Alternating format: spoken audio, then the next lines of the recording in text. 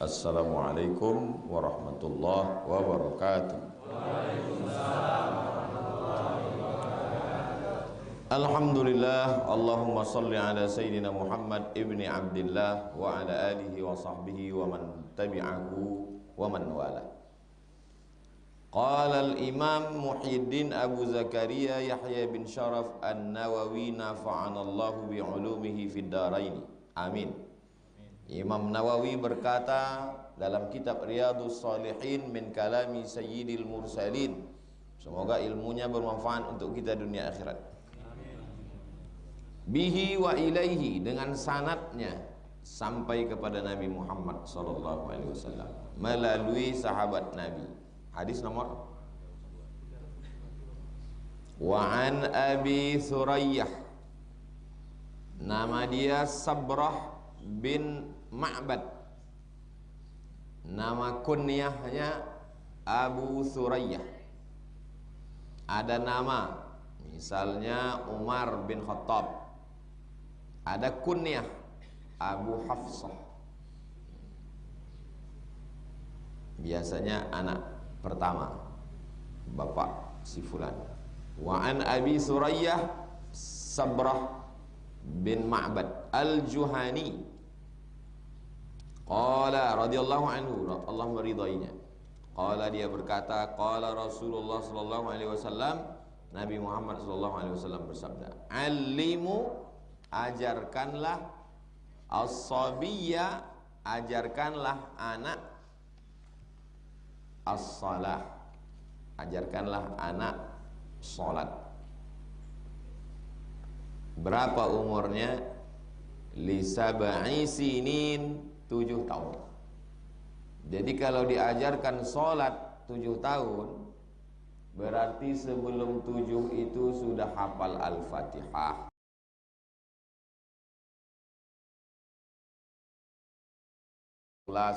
Al-Kafirun, Inna A'tayna, Wal Asri. Dan kita tidak pernah menghafal Al-Fatihah. Cobalah renungkan, pikirkan. Tak pernah kita menghafal Al-Fatihah, Wadduha, Alam Nashrah. Kenapa kita hafal? Karena sering mendengar imam atau ayah kita sholat sunat, atau guru di sekolah. Jadi dibiasakan dia membaca surat-surat pendek. Li sab'i sinin, 7 tahun. Wadribuhu, pukullah dia. Alaiha, pukullah dia, hu, anak itu. Alaiha, hanya balik ke solat kalau dia tak solat. Kapan umurnya? Ibna Ashri sinin, 10 tahun. 10 tahun tak sholat, pukul.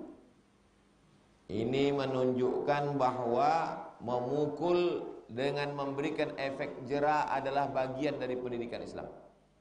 Sekarang tak boleh pukul. Itu maka anak macam hantu, macam setan. Hasil dari pendidikan pukul, inilah kita ini sekarang. Saya ini termasuk hasil dari pendidikan pukul. Di guru mengaji dipukul pakai rotan. Di sekolah dipukul pakai mistar, pakai rol kayu. Di rumah dipukul pakai batang sapu. Masuk ke pesantren, tangan habis maghrib. Jadi kalau mau menengok hasil yang sekarang ini, yang tak boleh pukul ini, tengok nanti 10 tahun akan datang. Tapi pukulnya darbun ghairu mubarrih, pukulan yang tidak berbekas. Tak boleh biru kulitnya, tak boleh di wajah, tak boleh di organ vital, tak boleh hilang anggota tubuhnya. Hanya sekedar pukulan memberikan efek jera. Jadi dalam proses anak ini dua. Yang pertama alimu, yang kedua wadribu. Alimu, ajarkan. Setelah diajar, kurang ajar dia, wadribu. Begitulah pendidikan Islam. Jangan katakan tidak kepada anak. Semua orang mau bilang tidak pada anak. Jangan katakan jangan pada anak. Tak boleh mengatakan jangan, tak boleh mengatakan tidak. Ini dari mana ini asal usul pendidikan begini ini? Tak boleh jangan, tak boleh tidak, tak boleh pukul. Yahudi punya kerja. Dalam pendidikan Islam, jangan kau minum khamar, jangan kau LGBT, jangan kau pacaran, jangan kau mabuk, jangan kau berkawan sama orang jahat. Tidak, tak boleh. Ini sekarang orang tua dilarang. Tak boleh bilang jangan, tak boleh bilang tidak, tak boleh pukul. Ini tak betul.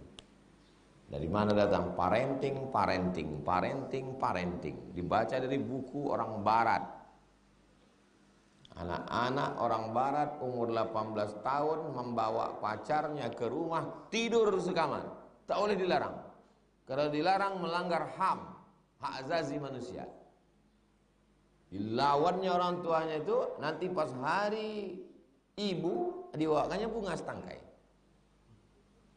Foto, update status, selesai. Bukan pendidikan Islam. Hadisun hasanun, hadisnya hadis hasan. Paling tinggi sahih, di bawah sahih hasan, di bawah hasan dhaif. Allahumma barik lana fima razaqtana wa qina azabannar dhaif. Allahumma laka sumtu wa bika amantu wa ala rizqika aftartu dhaif. Dhahaba adh-dhama'u wa batallatil uruq wa sabatal ajru dhaif. Utlubil ilma walau bis-sin dhaif.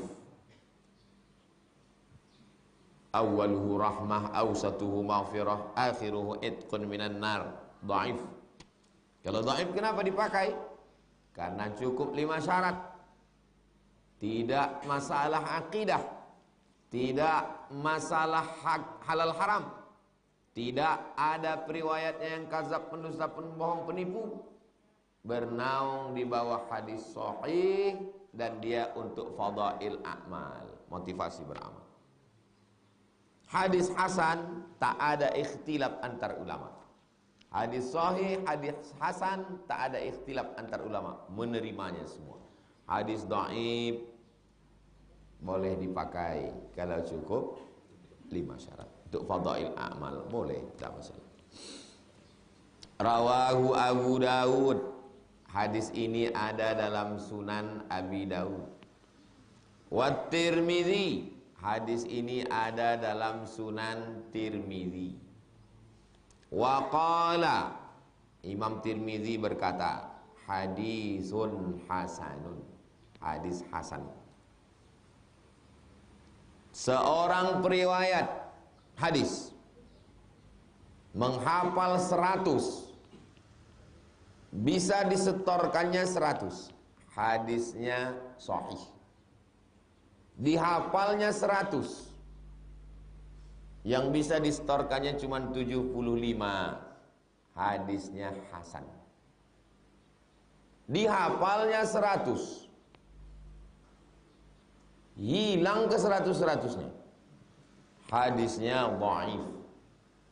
Dihafalnya 100, yang direwayatkannya 110, palsu.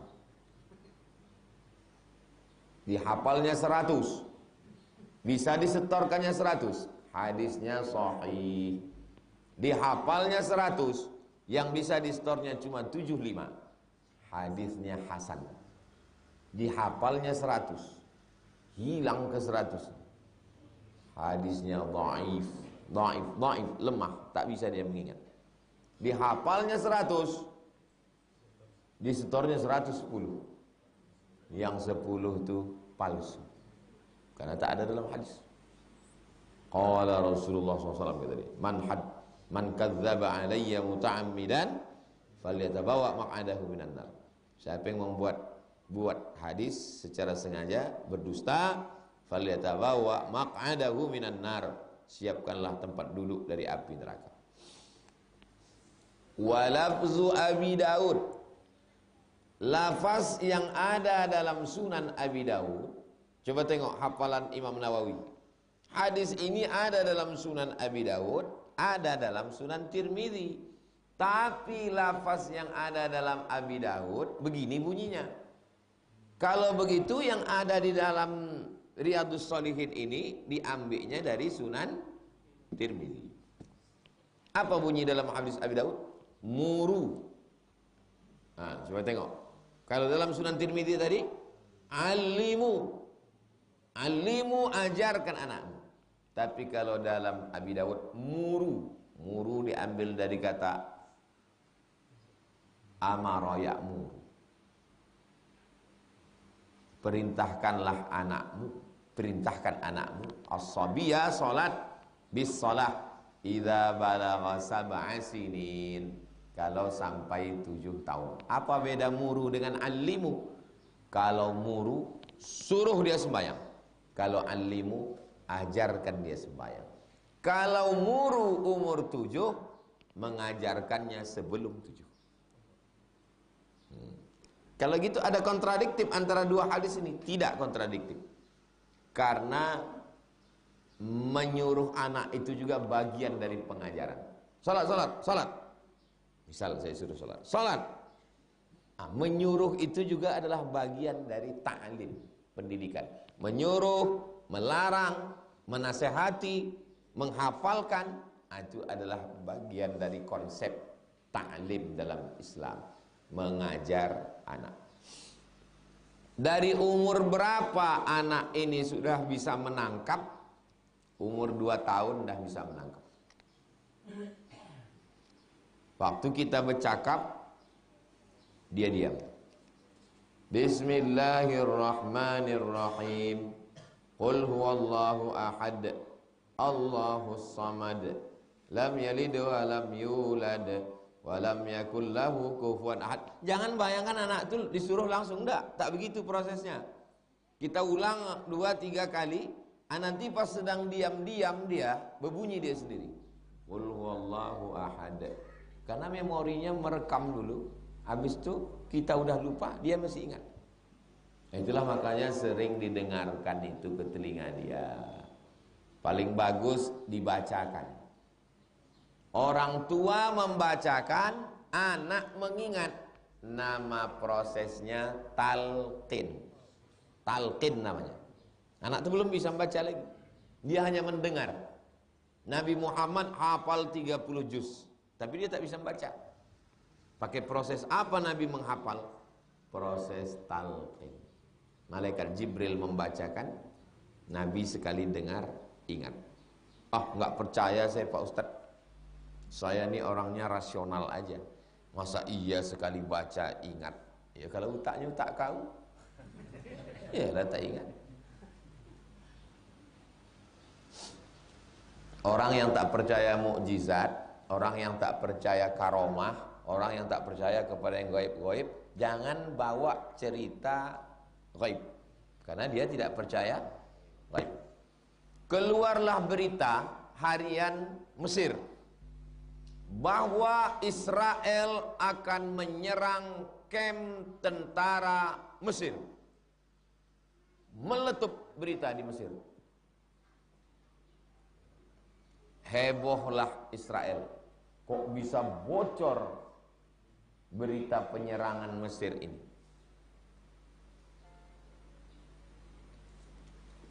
Ini kamp tempat tentara Israel. Sama agen.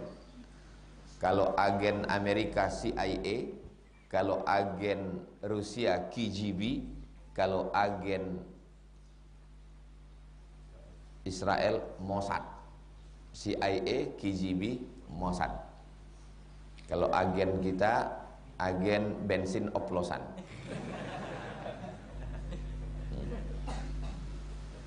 Hebohlah Mossad Israel. Kok bisa orang Mesir tahu penyerangan ke kamp Mesir?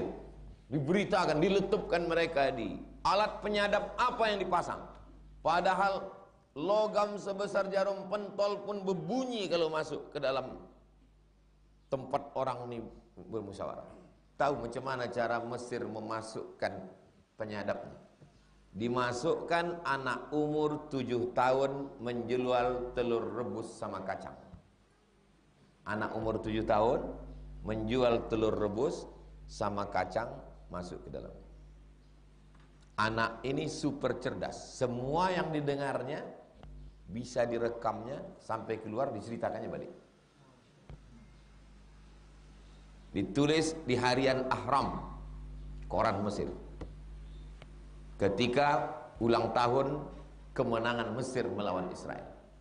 Anak umur 7 tahun jual telur rebus dengan kacang goreng, masuk ke dalam camp Israel. Anak terus, rupanya orang Israel ini suka juga telur rebus sama kacang goreng. Orang itu makan sambil orang itu bercerita bahwa kita akan mengadakan penyerangan. Disangka orang itu anak umur 7 tahun. Tahu apa dia? Anak ini merekam, balik dia ke Mesir, tanya, apa cakap orang itu mulai masuk tadi? Diulangnya, begini. Letupkan berita. Salah satu penyebab kekalahan tentara Mesir. Dan peristiwa kemenangan Mesir melawan Israel itu diperingati, dibuatkan satu kota khusus di Mesir. Nama kotanya Ashir min Ramadan. Ashir 10 Ramadan, tanggal 10 Ramadan Mesir berhasil mengusir tentara Israel dari provinsi Ismailiyah.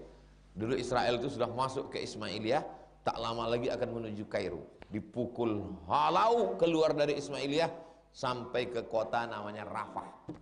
Sampai di Rafah, Rafah itu satu kota, berhasil dihalau ke setengah Rafah, akhirnya dibuatlah perjanjian Camp David. Presiden Mesir namanya Anwar Sadat. Anwar Sadat dianggap berkhianat karena mau menandatangani perjanjian itu. Akhirnya Anwar Sadat ditembak oleh tentara bernama Khalid Islambuli. Apa pelajaran yang diambil dari sini? Bahwa peristiwa itu terjadi di bulan Ramadan. Bulan Ramadan itu perang. Di tempat kita tak ada perang, tapi korbannya bergelimpangan di siang Ramadan.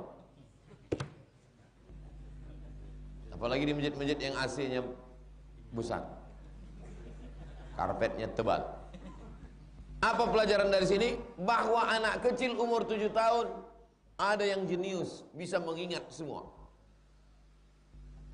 Untuk membantah orang yang mengatakan Imam Bukhari tak mungkin hafal, hafiztu sittami'ati alfi hadis, 600.000 hadis Imam Bukhari, 300.000 hadis sahih, 300.000 hadis palsu, hadis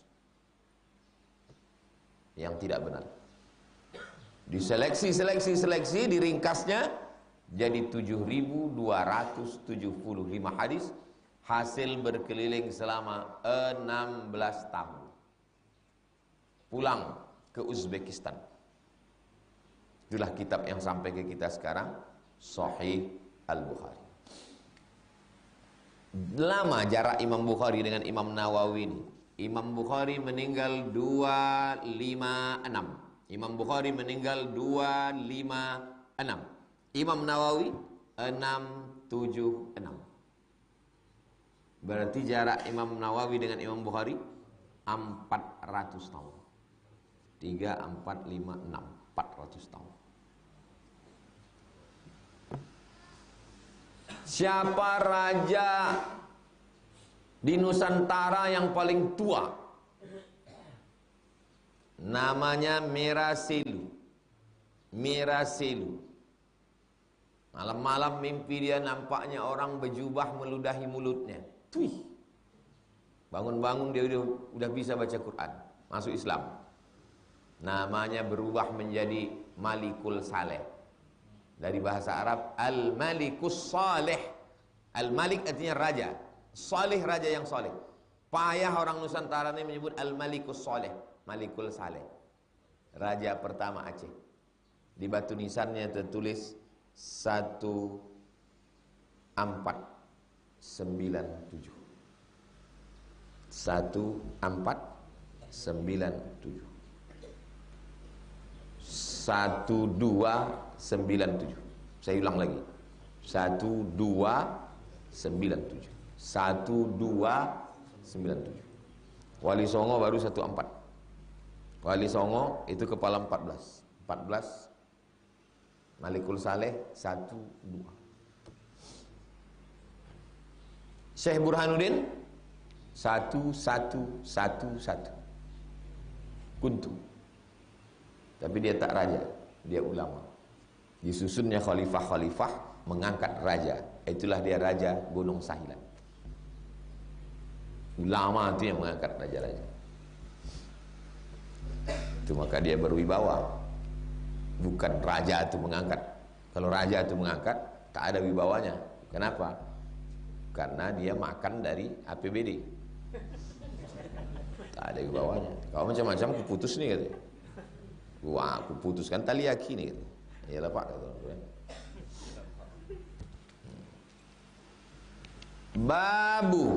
Bab haqqi al-jar, hak jar tetangga, wal wasiyati bihi, dan wasiat kepada tetangga.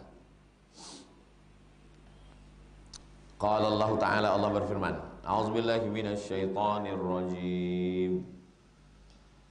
Wa'budullah, beribadahlah kepada Allah. Wala tusyriku bihi syai'a, jangan persekutukan Allah, jangan syirik. Wala tusyriku bihi, jangan syirik kepada Allah. Wa bil walidaini ihsana, dan kepada kedua orang tua ihsana, berbuat baiklah, ihsan. Kepada siapa lagi? Wa bidzil qurba, kerabat. Wal yatama, anak yatim. Wal masakin, orang miskin. Siapa lagi? Wal jari dzil qurba, tetangga yang ada hubungan kerabat. Sepupu, 2 pupu, 3 pupu, sewali. Wal jaril junubi, tetangga yang dekat dan tidak ada hubungan kerabat. Tak ada hubungan darah, tak ada hubungan nasab. Ini tetangga kau? Iya. Ada kalian hubungan nasab? Tak ada. Kenapa akrab? Hubungan nasib. Was-sahibi bil jambi, sahib bil jambi, kawan dekat. Rumahnya jauh, hatinya dekat. Rumah dekat, hati jauh. Wa benis sabil, ibnu anak, sabil jalan. Ibnu sabil anak jalanan, bukan. Ibnu sabil orang yang musafir putus belanja. Datang dari Palembang mau ke Aceh, putus belanja di Pekanbaru, kasih 7. Kita ulang balik. Ke siapa kita buat baik? Pertama, wabil walidaini ihsan. Yang kedua, wabidzil qurba, kerabat yang ada hubungan darah. Ketiga, wal yatama, anak yatim. Wabil walidaini, ayah emak. Kalau ayah kita sayang sama kita, wajar. Emak kita sayang sama kita, wajar. Kita anaknya. Tapi ada orang yang sayang sama antum, padahal dia bukan emak antum. Anak gadisnya dikasihnya ke antum. Itu juga orang tua. Wabil walidaini ihsana, yang kedua wabidzil qurba, yang ada hubungan kerabat. Lahir 2 orang laki-laki, si Ahmad sama Muhammad. Anak si Ahmad sama si Muhammad ini namanya sewali. Karena orang ini walaupun ayahnya yang adik-beradik, tapi kalau mati ayahnya ini, mati ini bisa mereka saling mewalikan nikah. Maka disebut sewali. Kalau emaknya adik-beradik, sepupu. Nenek perempuan adik-beradik, 2 pupu. Unyangnya adik-beradik, 3 pupu. Anak-anak kita ini kita ajarkan itu. Kita ajarkan itu. Anak saya Mizian Haziq Abdillah, Sami Ahmad Misbahi Ibadillah, saya buatkan itu dari dia ke atas sampai 7 ke atas. 1, 2, 3, 4, 5, 6, 7. Cuman sampai itulah yang saya tahu. Habis itu kami putus, tak tahu saya lagi. Saya tanya almarhumah mak saya dulu. Ini anak sini, anak sini, anak sini, anak sini, anak sini, habis. Habis itu aku tak tahu lagi entah siapa. Nah, dibuatkan gambarnya, dicetakkan, dibingkaikan, letakkan ke dinding. Jadi kalau datang saudara-saudara tanya, kau anak siapa? Kau anak siapa? Kau anak siapa? Ah, tengok gambar nih, mana atuk kau? Mana nenek kau? Jadi pas hari raya, dipanggil. Apa hubungan kau sama sini? Entah, tengok bu. Oh, atuk dia. Nih mau hari raya nih, masih sempat menggambar. Jangan sampai duduk Idul Fitri tanya, apa hubungan kau sama dia? Saudara. Saudara cumana? Entah, saudara. Wabidil qurba wal yatama wal masakin wal jari dzil qurba. Bertetangga, sepupu, sewali, paman, pakcik, mak etek, pak etek, tapi dekat rumah. Wal jari dzil qurba. Wal jaril junubi, dekat rumah tapi tak ada hubungan kerabat. Was-sahibi bil jambi, tidak dekat rumah tapi dekat di hati. Kawan susah selalu menolong. Wa banis sabil. Terus yang terakhir, wa ma malakat aimanukum. Malakat memiliki, aimanukum tangan kamu. Tangan kamu memiliki dia. Apa maksud tangan kamu memiliki dia? Budak hamba sahaya. Kamu mesti berbuat baik sama dia. An-Nisa 36. Ini dasar penetapan ring. Ring 1, ring 2, ring 3, ring 4, ring 5, ring 6. Menolong, ini dasarnya. Menghadiri undangan nikah, walimah, akikah, ini juga dasarnya. Undangan siapa dulu yang didatangi?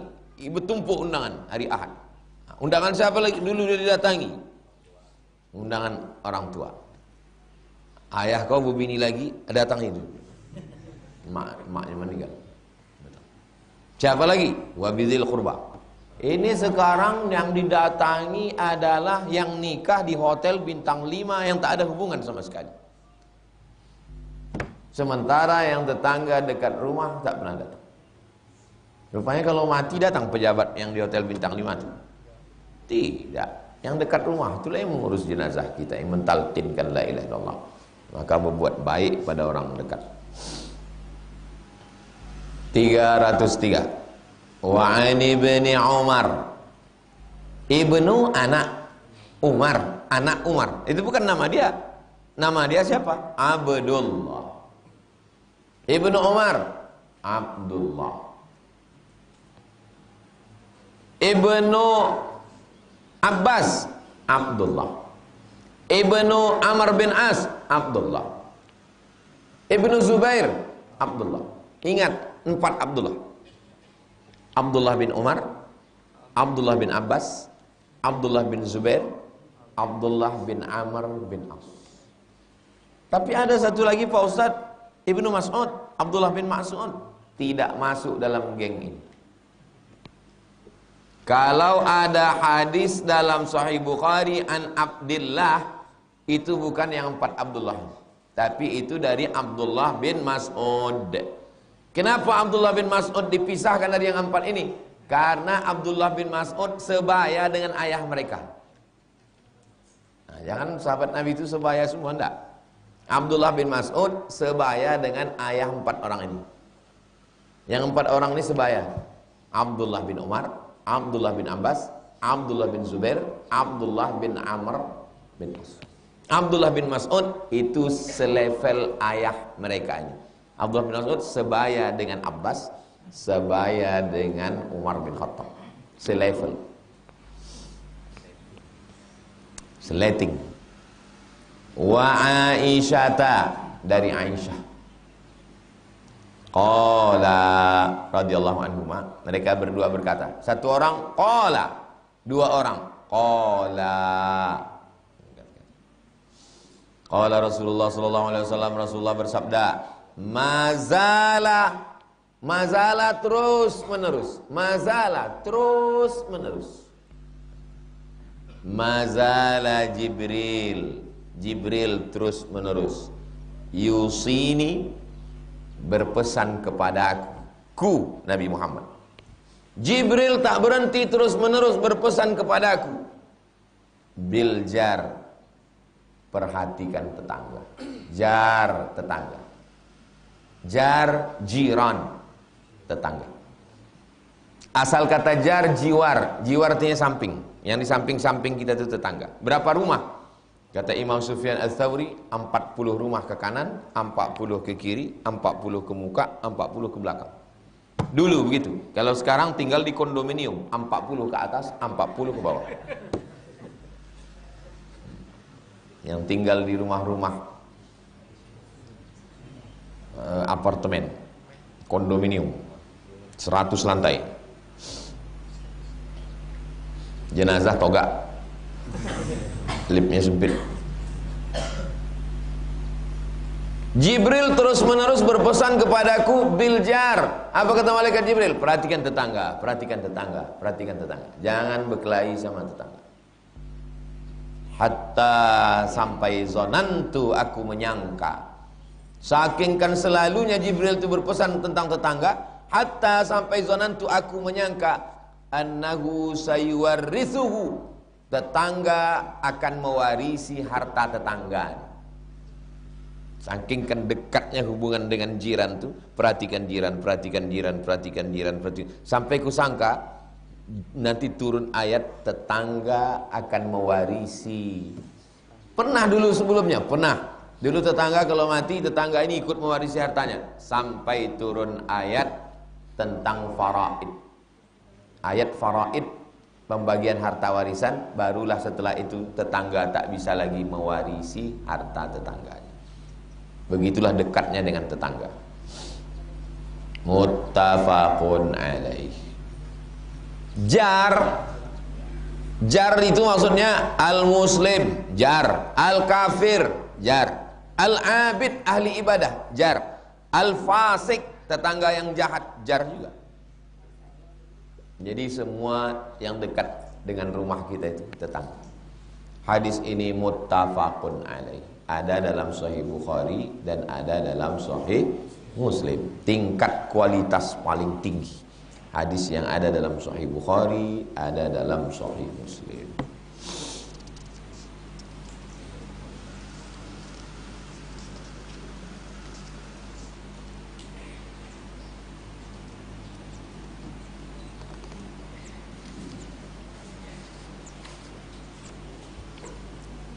Kalau ada satu orang masuk dalam dua asnaf sebagai amil dan juga sebagai miskin, apakah dia dapat dua bagian zakat atau tetap satu saja?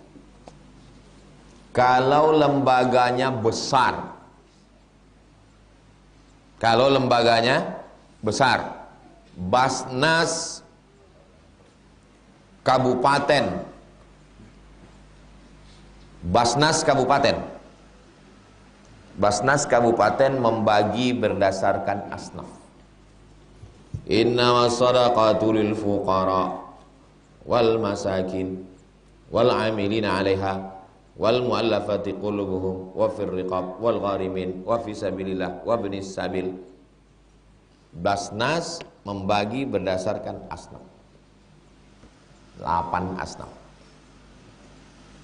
Kalau lembaganya kecil, masjid kita, musola kita, musola Nurul Ilmi, dapat beras 100 kilo. Dapat beras 100 kilo. Dapat beras 100 kilo, dihitung berapa asnaf yang ada. Innamas shadaqatu lil fuqara, fakir. Tak ada income sama sekali.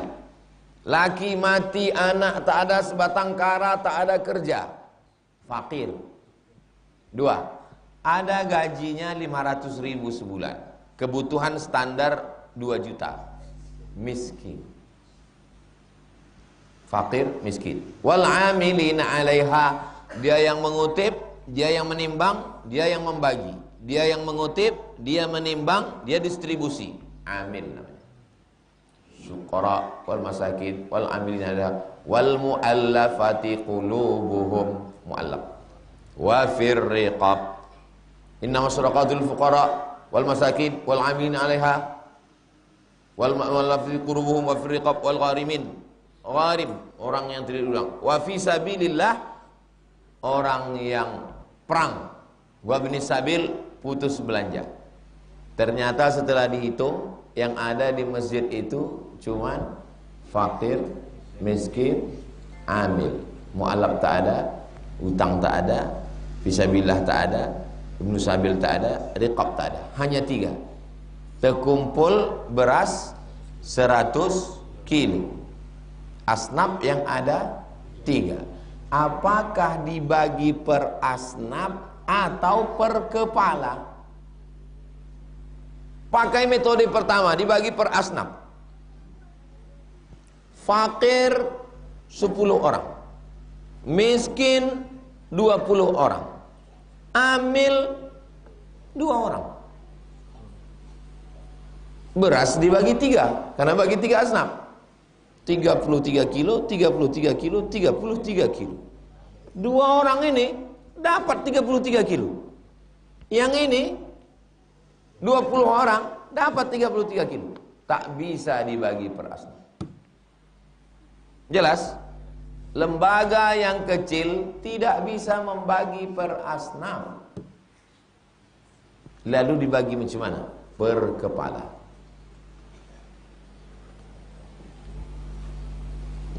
Fakir 10, miskin 20, amil 2 orang. Bagi per kepala 32. Berarti berapa orang? Berapa? 100 kilo bagi 32. 3 kilo.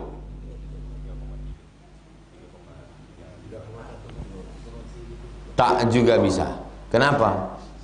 Tukang kutip, tukang timbang, tukang masuk kresek, tukang bagi 3 kilo.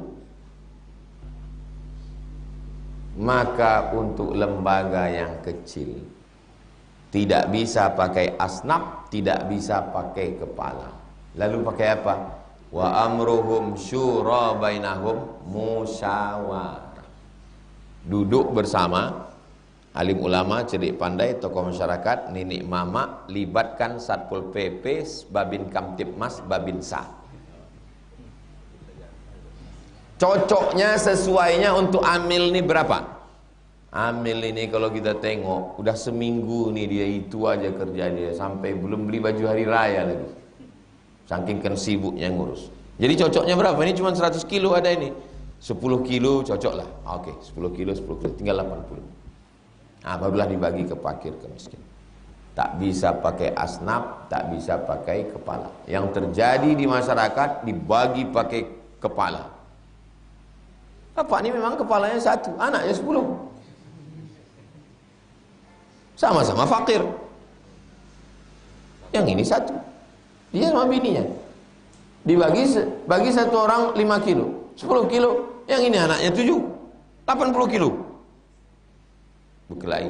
Kau kenapa 80? Anakku banyak. Kau salah, kau kenapa kau tak beranak banyak? Dibagi per asnaf. Ada 1 asnaf yang cuma 2-3 orang.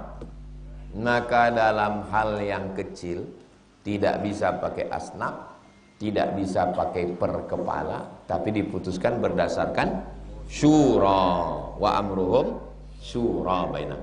Itulah yang terjadi di masjid surau langgar musola yang kecil-kecil.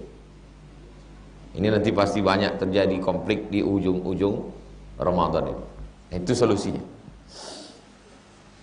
Apa yang di bawah ini bisa termasuk fisabilillah? Santri pondok pesantren, guru mengaji, ustadz da'i, pembangunan masjid. Apakah itu bisa masuk fisabilillah? Mazhab paling tua mazhab Hanafi, mazhab nomor 2 mazhab Maliki, mazhab ketiga mazhab Syafi'i, mazhab keempat mazhab Hambali. Keempat mazhab ini sepakat bahwa fisabilillah itu adalah perang. Beli kuda, beli tombak, baju besi, beli tameng, beli panah. Lain dari fisabilillah, tak bisa. Lain dari untuk perang, tak bisa. Untuk santri, tak bisa. Untuk guru ngaji, tak bisa. Untuk da'i, tak bisa. Untuk pembangunan masjid, tak bisa. Fisabilillah hanya untuk perang. Fisabilillah. Menurut 4 mazhab. Menurut Imam Ar-Razi, meninggal 606. Kata Imam Ar-Razi, ini masjid, ini kampung. Di antara kampung dengan masjid ini sungai. Datang banjir bandang, putus jembatan. Maka duit asnaf fisabilillah bisa dipakai untuk membuat jembatan. Karena membuat jembatan juga fisabilillah. Karena kalau tak ada jembatan, maka tak hidup masjid. Itulah yang dipakai orang sekarang dalil. Ustadz dapat, santri dapat, guru ngaji dapat, masjid dapat. Berdalil kepada pendapat Imam Ar-Razi. Jelas? Jelas atau tak jelas? Saya ulang sekali lagi. 4 mazhab sepakat fisabilillah hanya untuk perang. Lalu kenapa sekarang ada orang membayar zakat kepada guru mengaji dapat, anak pesantren dapat? Dari pendapat Imam Ar-Razi yang mengatakan subulullahi katsiratun. Jalan mengagungkan agama Allah itu banyak, bukan hanya perang. Guru mengaji, dia juga sedang berjihad. Anak pesantren, dia juga sedang berjihad. Itulah dalil kenapa mereka dapat.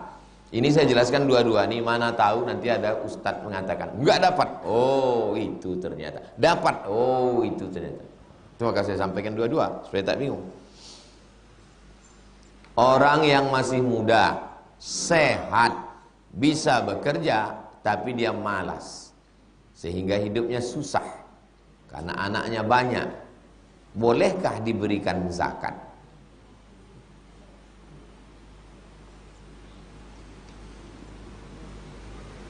Fakir tak ada income sama sekali. Miskin ada income tapi tak cukup.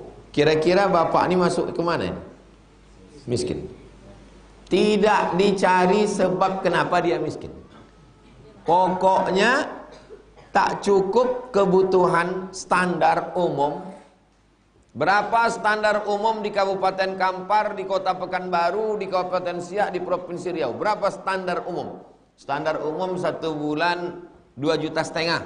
Dia berapa dapatnya? Dia dapatnya 1 juta, masuk miskin. Tidak dicari sebabnya kenapa dia tak dapat begitu. Kasih dulu, habis itu baru dia dinasihati. Ini kau dapat tahun ini ya. Tahun depan kami evaluasi. Kau kan masih muda, kau kan masih sehat. Begitu caranya, bukan dihamuk dulu.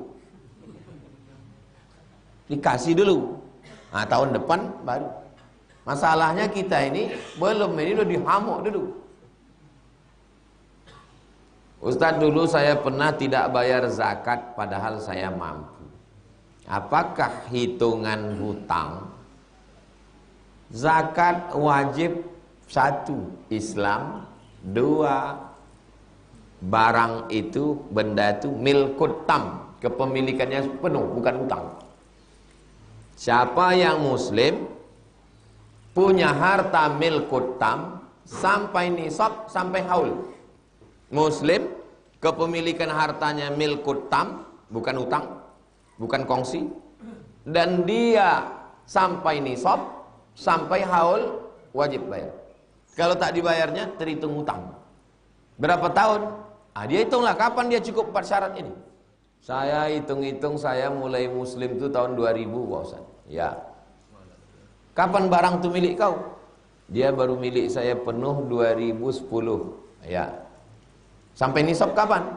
Baru dia sampai nisab Pak Ustadz 2015. Sampai haul? Iya. Berarti dari 2015 ke 2025. 10 tahun. Hitung, bayar. Jangan sampai berhutang sama Allah Ta'ala. Bagaimana cara menyelesaikannya dengan baik dan benar menurut agama? Begitulah caranya. Kapan 4 syarat itu cukup pada dirimu? Ingat tahunnya. Agak-agak 2015. Sekarang 2025, 10 tahun. Bayarkanlah. 2015 berapa duitmu? 100 juta Pak Ustaz? Muslim? Ya. Milkut tam 100 juta itu milik sendiri? Ya. Cukup nisab? Iya. Karena nisab 85 juta sudah nisab 85 gram. Cukup haul? Iya, udah setahun. Berarti 2,5 juta. Bertambah tak duitnya sampai sekarang? Enggak, segitu aja. 2,5 juta, 2,5 juta, 2,5 juta, 2,5 juta, 2,5 juta. Kali 10 tahun. 25 juta. Mesti saya bayar cash sekali? Enggak, tengok kebutuhan. Boleh kau cicil. Bayar. Kemana bayarkan? Badan Amil Zakat Nasional, Basnas Provinsi Riau, Jalan Diponegoro, atau Basnas Kota Pekanbaru, Masjid Ar-Rahman, atau Basnas Kabupaten Kampar di Bangkinang. Apa hukum sholat sunat tasbih? Buka www.somatmoroko.blogspot. SOMADMOROCCO, sholat sunat tasbih. Dah, share ke grup. Share ke grup.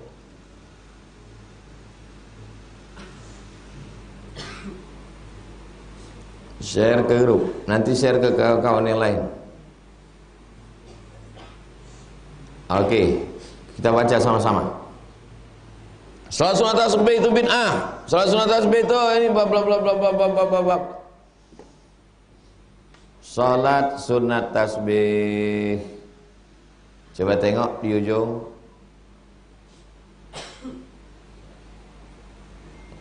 Albani mengatakan hadisnya sahih li ghairi. Albani mengatakan hadis tentang salat sunat tasbih sahih li ghairi. Kenapa Ustaz pakai Albani? Ustaz kan alumni Al-Azhar. Di Al-Azhar kan tak pakai Albani. Paham? Paham tak paham? Gimana paham? Karena yang banyak menyalahkan salat sunat tasbih ini anak keponakan Albani. Maka saya pakai Albani. Jelas? Ustaz kan alumni Azhar. Kenapa Ustaz pakai Albani? Kalau aku pakai ulama Azhar dia tak terima. Ku pakai induk ongkangnya. Apa hukum mikot di Bandara Jeddah? Ini Makkah. Makkah. Yang datang dari arah Madinah berniatnya di tempat namanya Zulhulaifah. Apa namanya? Zulhulaifah. Sekarang namanya sudah berubah jadi Bir Ain. Yang datang dari arah Yaman, tempat miqatnya Yalamlam. Ini bukit Yalamlam. Yang datang dari arah Najd, Najd itu Riyadh sekarang, nama miqatnya Qarnul Manazil. Yang datang dari arah Irak, tempat niatnya namanya Zatu Irqin. Ini Makkah, ini Yalamlam. Pas pesawat tuh lewat di atas Yalamlam. Ladies and gentlemen, kepala buku ditempel semen. All of our passenger, semua penumpang, silakan berniat. Labbaik Allahumma umrah. Barulah pesawat turun. Tak bisa kami begitu Pak Ustadz. Karena kalau pakai ihram kami dari Pekanbaru 9 jam baru lewat Yalamlam. Masuk anginnya seminggu. Jadi waktu lewat Yalamlam itu kami pakai celana. Di mana kau baru berniat? Waktu turun di King Abdul Aziz Airport. Boleh menurut pendapat kedua. Lengkap sama fatwa-fatwanya. baca buku 66 tanya jawab umroh. 66 tanya jawab umroh. Pendapat kedua. Khawatir saya Pak Ustadz, jangan lewat Jeddah. Pergi umroh lewat Madinah. Saya setiap umroh lewat Madinah untuk keluar dari khilaf. Kita berangkat mana Ustaz? Lewat Madinah. Nanti pesawat langsung ke Madinah. Di Madinah 3-4 hari, barulah kami melalui Bir Adi. Itu untuk keluar dari khilaf.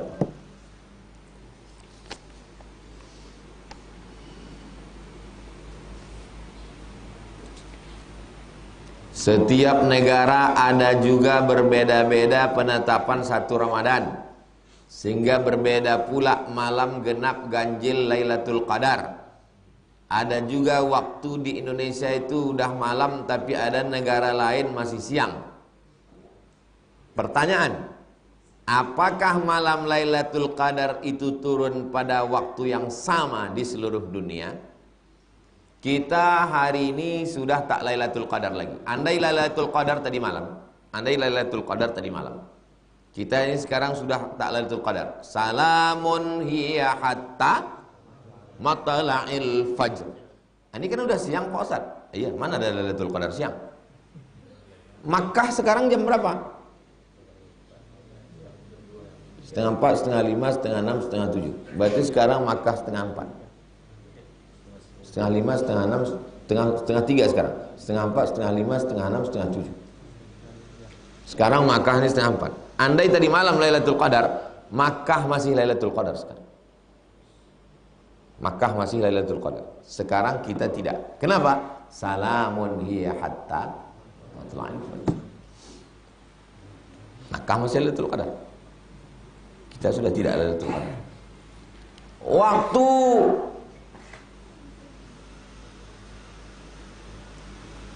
kita dengan Jepang 2 jam. Jadi waktu Jepang udah habis, kita masih Lailatul Qadar. Masih ada waktu 2 jam Lailatul Qadar. Ada terjawab tentang antara malam dan siang. Sekarang perbedaan satu di sini tanggal, satu di sini malam 1, satu di sini malam 2. Datanglah sahabat Nabi namanya Abdullah bin Abbas, bertanya kepada seorang laki-laki yang membawa surat dari Madinah ke Damaskus. Bawa surat dari kota Madinah ke Damaskus. Habis surat itu diserahkannya, balik lagi ke Madinah. Ditanya, kalian waktu di Damaskus puasa hari apa? Kami puasa hari Jumat. Di Madinah hari Sabtu. Antara Madinah dengan Damaskus, coba tulis di Google berapa kilo Madinah Damaskus. 1000 sampai 1000 sekian kilometer. Antara Madinah dengan Damaskus terjadi perbedaan terbit bulan pada zaman sahabat Nabi. Nah, Madinah Damaskus 1200 km. Damaskus puasa, Madinah belum. Sudah terjadi pada masa Abdullah bin Abbas. Jadi tentang perbedaan penampakan anak bulan itu bukan baru-baru saja. Zaman sahabat Nabi pun sudah terjadi. Tentang riwayat dari Quraib namanya yang membawa surat ini, Abdullah bin Abbas. Jadi kalau begitu Pak Ustadz macam mana? Ganjil di Damaskus, genap di sini.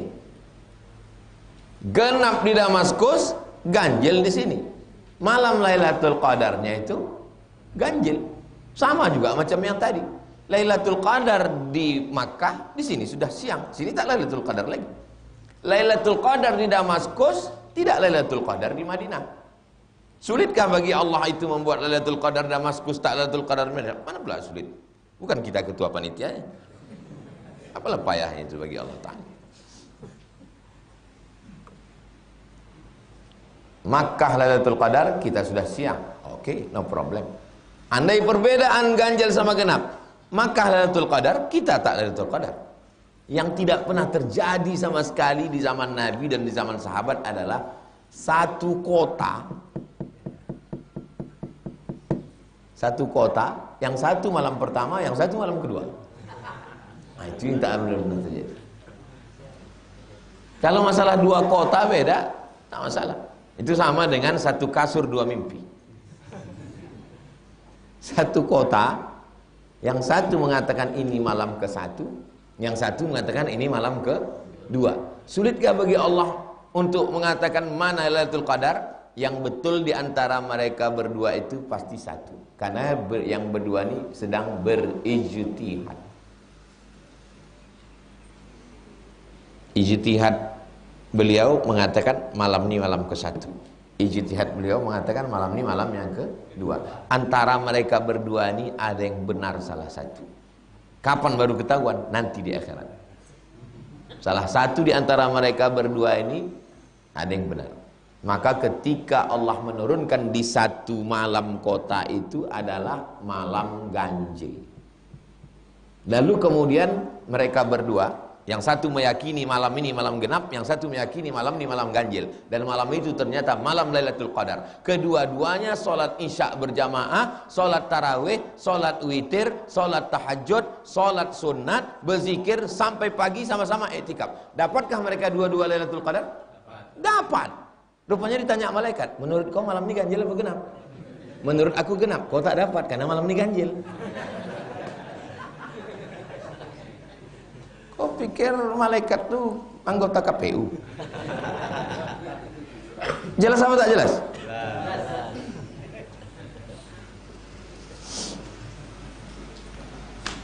Bolehkah kita mengangkat tangan dan mengaminkan doa orang non-muslim? Dia berdoa tuh ke siapa? Hah? Ke siapa dia minta?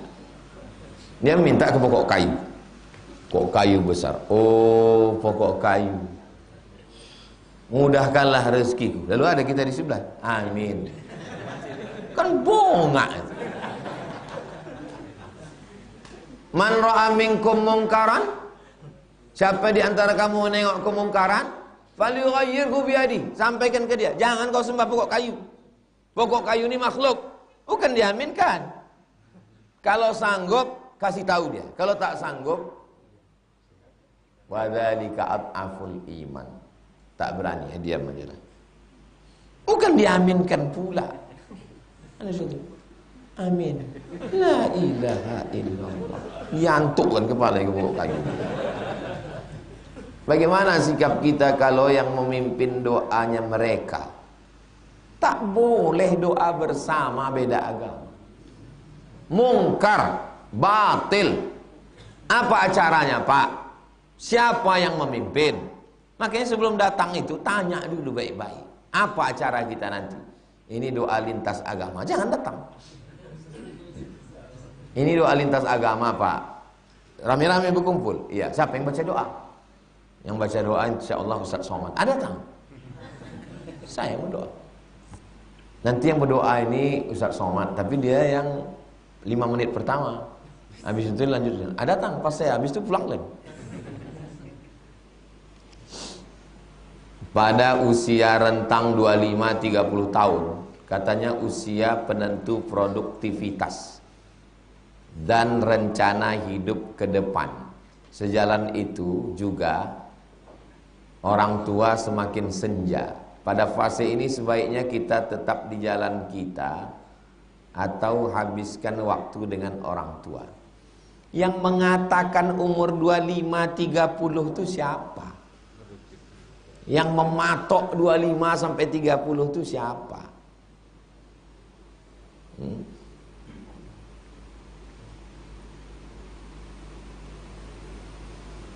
Atuk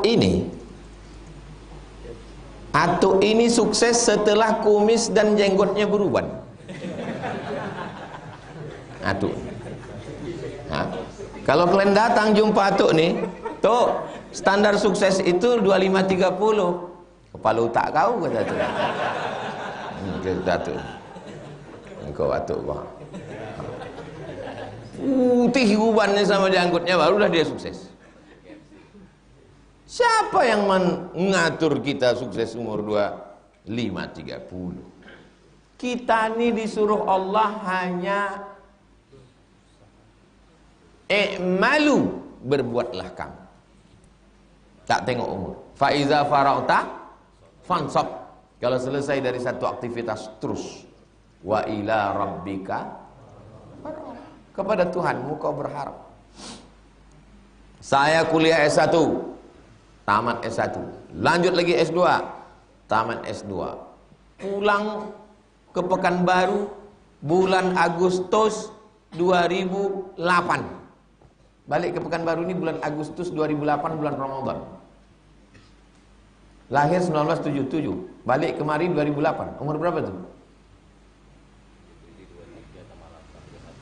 Umur 31. Makan saya masih ditanggung emak saya. Tak ada kerja saya. Ngajar saya dosen. Luar biasa. Kenapa disebut dosen luar biasa? Gajinya luar biasa. Sekali masuk 25.000. Kali 16 tatap muka, buka. 25.000 kali 16, keluarnya 6 bulan sekali. Itu maka lambat saya begini. 400.000 6 bulan baru keluar. Duit emak itu juga lah aku makan. Umur 31. Lalu datang klien mengatakan standar itu 30. Aku balik 31. Katanya usia penentu produktivitas, rencana hidup ke depannya. Aku sudah kurencanakan hidupku dengan baik. Berangkat aku ke Mesir. Belajar aku serius. Habis dari Mesir berangkat aku lagi ke Maroko. Serius lagi. Bukan aku main-main. Di Mesir 3 tahun 10 bulan selesai S1. Di Maroko 300 halaman tesis. Setahun 11 bulan putus. Tapi takdir belum berpihak ke saya. Lalu pulang saya umur 31. Masih minta makan sama emak. Lalu datang kalian mengatakan, Ustaz, produktivitas itu 30. Aku bukan main-main. Memang takdirku belum berkata begitu. Belum dibukakan Allah Ta'ala. Jangan batasi. Untuk motivasi kalimat ini baik. Tapi untuk menjudge, menghukum orang, tak sama semua kehidupan orang. Ada orang baru dibukakan rezeki itu umur 30, 40, 50. Saya setelah umur sekian-sekian baru dibukakan Allah. Baru saya berpikir. Baru saya lurus berpikir. Bayangkan kalau saya kaya raya pakai mobil sport umur 30 itu. Apa tak bersusun pos 01, 02, 03, 04. Allah punya rencana. Tapi kita jangan gara-gara ini pula kalian santai-santai. Jadi kalau ada orang mengatakan 30 sudah sukses, itu kalimat motivasi. Jangan dipakai untuk menjudge orang, menjatuhkan orang, menghilangkan semangat orang. Semangat terus, antum belajar terus. Pada fase ini sebaiknya kita tetap di jalan kita atau habiskan waktu dengan orang tua. Pokoknya asal sudah bisa hidup mandiri, jangan gantungkan hidup dengan orang tua. Berusahalah. Kenapa orang paling banyak sukses? Sudah kalian tengok hasil survei terakhir.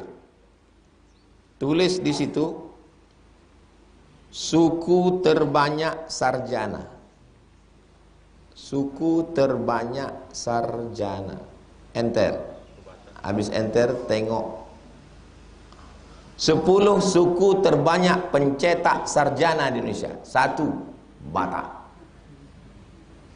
2. Minangkabau. Kenapa Minangkabau paling banyak sarjana? Sebab dia begitu dia akil balik, tak ada kamar di rumahnya. Dia tidur di surau. Makanya orang Minangkabau 2, pandai bersilat dan pandai mengaji. Karena dia tinggal di surau. Habis itu dia langkahkan kaki bismillahirrahmanirrahim, la haula wala quwata illa billah. Tak kemana-mana. Sampai ke Chicago. Rupanya Caniago yang membaik kota itu. Habis itu Bali, habis itu Bugis, habis itu Betawi, habis itu Melayu, habis itu Banjar, Jawa, Sunda, Madura. 6,15%. Semakin sulit hidup, semakin kuat tekanan, semakin tinggi lompatan. Macam teori PER. Per itu semakin ditekan, tekan, pup, terbang. 2 gendangnya. Kalau tak langsung mati ke bawah, melejit ke atas.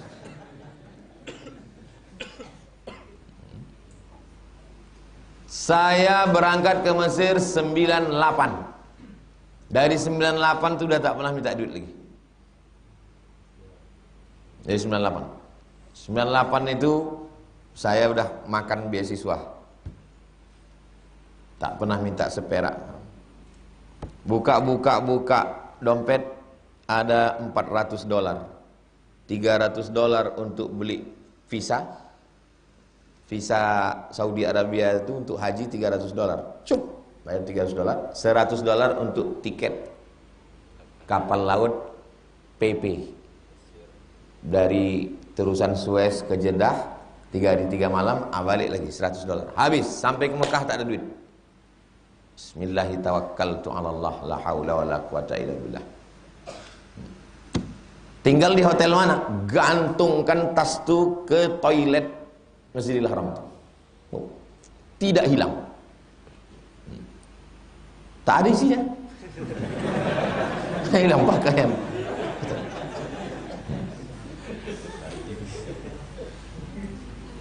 Setiap saya pergi umrah bulan Februari, bulan Oktober, tegaklah saya di tempat saya menggantungkan tas itu dulu di dinding toilet tuh. Saya pandanglah hotel yang tinggi.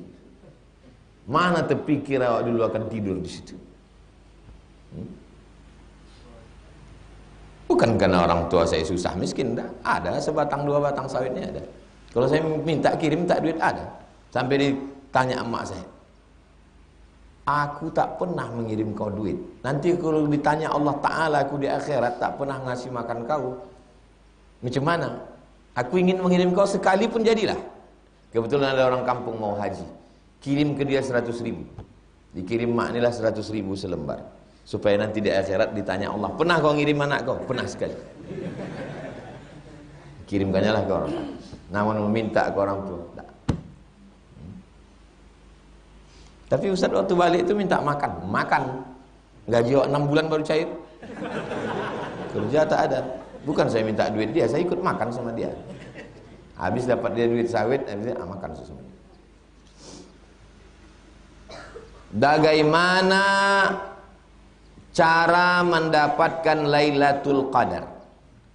Siapa yang sholat Isya berjamaah, sholat subuh berjamaah, antara Isya dan subuh ini diisinya dengan qiyam, tarawih, witir, istirahat, tadarus, istirahat sejenak, bangun dia malam, sholat sunat, zikir, baca Quran, subuh berjamaah, maka dia dapat Lailatul Qadar. Begitu kata ulama. Sholat Isya berjamaah, sholat subuh berjamaah, antara Isya dan subuh ini diisi dengan qiyam, maka dia dapat Lailatul Qadar. Jangan antum bayangkan Lailatul Qadar itu antum pas keluar rumah, antum tengok pohon kelapa bertumbangan semua. Inilah Lailatul Qadar. Tidak begitu Lailatul Qadar itu. Lailatul Qadar itu kita pun tak tahu kalau itu Lailatul Qadar. Dan saya, seandainya saya dikasih pilihan, Abdul Somad, kau mau pilih antara 2, ku kasih tahu kau sudah dapat, atau kau tak tahu. Aku bilang aku pilih aku tak tahu. Karena kalau dikasih tahu dapat, nanti jadi saya tukang cerita. Saya kemarin baguslah tak tahu. Antum disuruh pilih antara 2. Mau datang dikasih tahu antum wali atau antum tak tahu. Kalau saya bagus tak tahu. Karena kalau tahu datang malaikat ngasih tahu kau wali. Oh.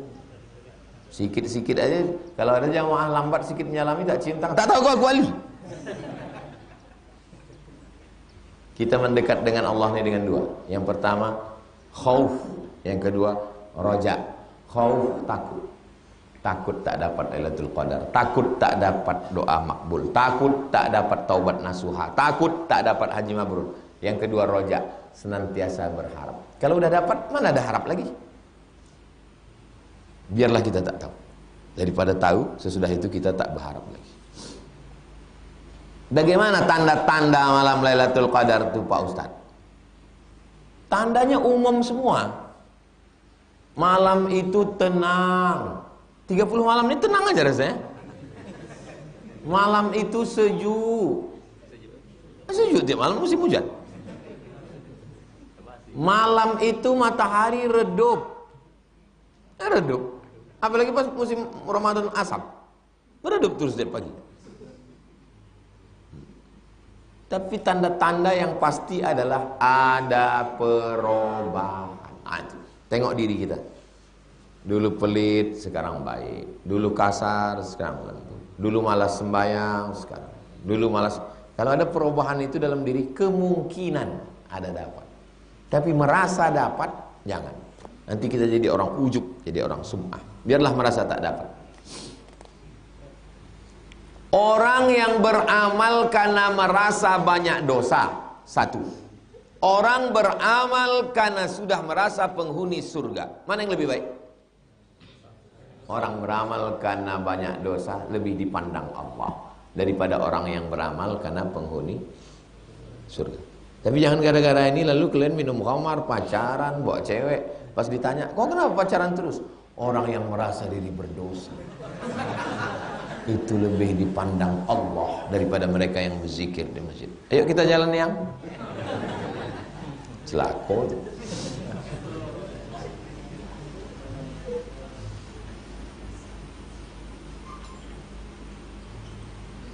Ana ingin didoakan sama Ustadz agar ana bisa menjadi dai seperti Ustadz.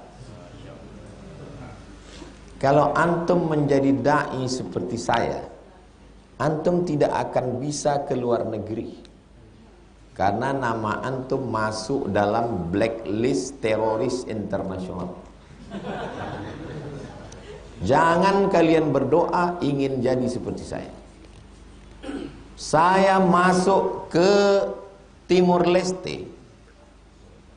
Turun di Timur Leste itu, sampai di situ, tas cek paspor, mohon maaf Bapak, Bapak tidak boleh masuk Timur Leste. Kenapa aku tak boleh Pak? 1 jam lalu kami dapat fax, katanya Bapak teroris. Jadi gimana? Jadi Bapak mesti pulang ke Jakarta. Pesawat yang mana? Pesawat yang itu. Naik saya lagi ke pesawat itu, duduk saya. Tak lama datang pramugari. Mohon maaf Bapak, pesawat ini akan terbang ke Jakarta dan ada presiden. Terus presiden tidak mau satu pesawat dengan teroris. Jadi kalau gitu gimana? Bapak turun dulu, tunggu pesawat berikutnya. Antum mau jadi macam saya? Berangkat lagi saya ke Swiss. Turun di Swiss. Mau masuk ke Amsterdam. Sampai di Swiss 2 tim ini masuk.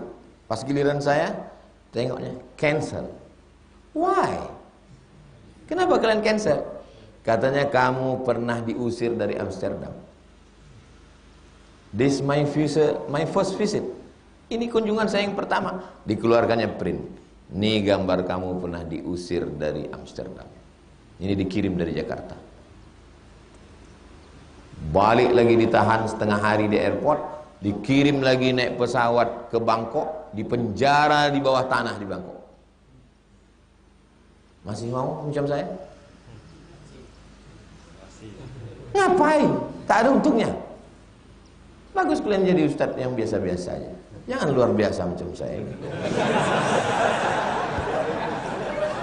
Ini berat, biar aku aja. Gak sanggup kalian. Susah.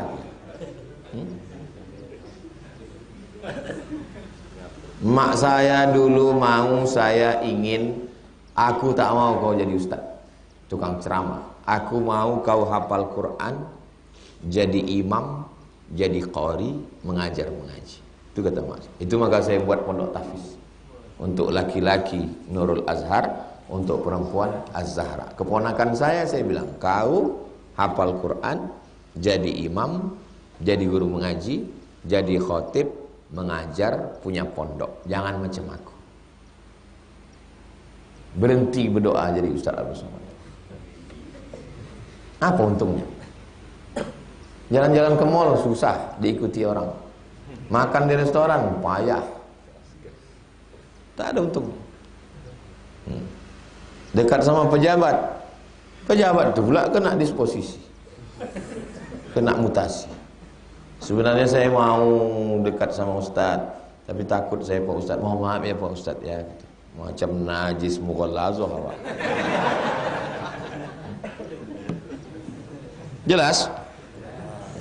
Ala hazihi niyah. Mudah-mudahan kita diberikan Allah istiqamah. Al-Fatihah.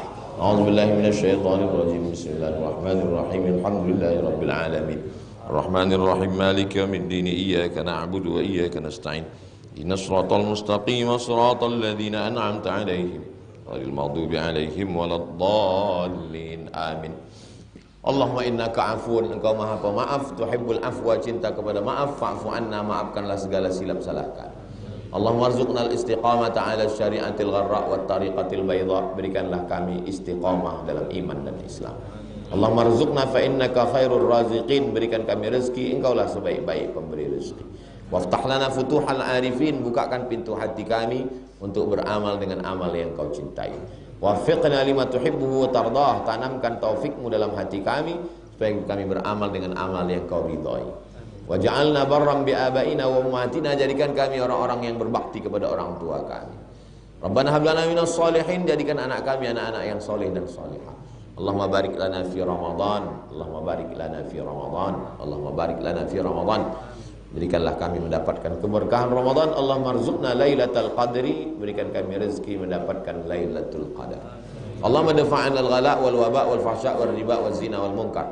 Selamatkan kami dari malapetaka, bencana, riba, zina, narkoba, perbuatan keji dan munkar.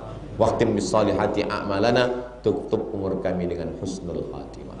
Allahumma ja'al akhir kalamina, jadikan akhir kalam kami la ilaha illallah Muhammadur Rasulullah sallallahu alaihi wasallam. Kalimatu haqqin 'alaiha nahya wa 'alaiha namutu wa biha nub'atsu insyaallah ta'ala minal aminin. Rabbana atina fid dunya hasanah wa fil akhirati hasanah wa qina adzaban nar.